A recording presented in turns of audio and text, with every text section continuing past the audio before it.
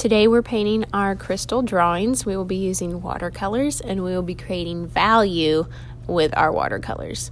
So to start, I need to get my brush very wet, and whatever color I choose to work with, I'm going to swirl, and I'm going to swirl for a while. I want to try and not get it super wet. I don't want a big puddle. I just want to get enough paint on there to where I can paint. If I don't use a lot of water, my paint is darker. I want to start with my darkest value towards the bottom of my crystal. So I'm going to keep coming back to the paint. I'm not going to add a whole lot of water. When we watercolor, our water is like white. The more water we add, the lighter the color gets. So I'm going to try and keep my color at the very bottom of my crystal as dark as I can. I only want enough water in there to make it paintable.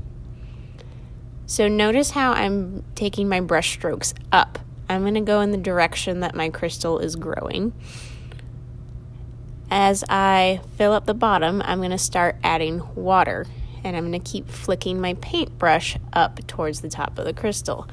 As I add more water, my paint is going to get lighter. So towards the bottom of my crystal, I will have a dark value, and as I get towards the top, it will get lighter.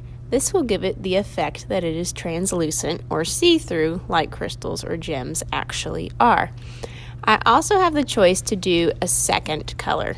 If I'm going to do a second color, it needs to be a color that is next to the color I've already chosen on the color wheel. So I'm going to choose green, and I'm going to very lightly mix a little bit of green into my blue.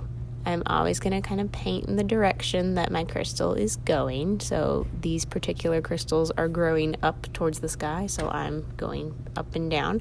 I'm not going to paint side to side. All right.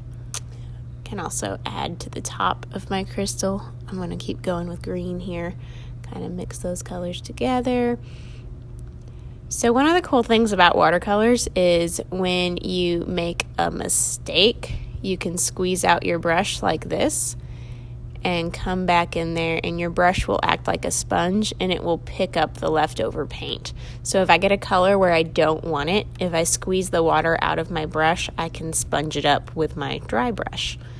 I decided I didn't want that much green, so I'm going to try and mix a little blue back in there. Okay. The key with watercolors is to go slow and take your time. Essentially, you're pushing a puddle of water around to paint, and a puddle of water is hard to control. So you really have to focus on what you're doing. I'm going to follow this same process for all of my crystals, starting with dark at the bottom and adding more and more water as I get towards the top.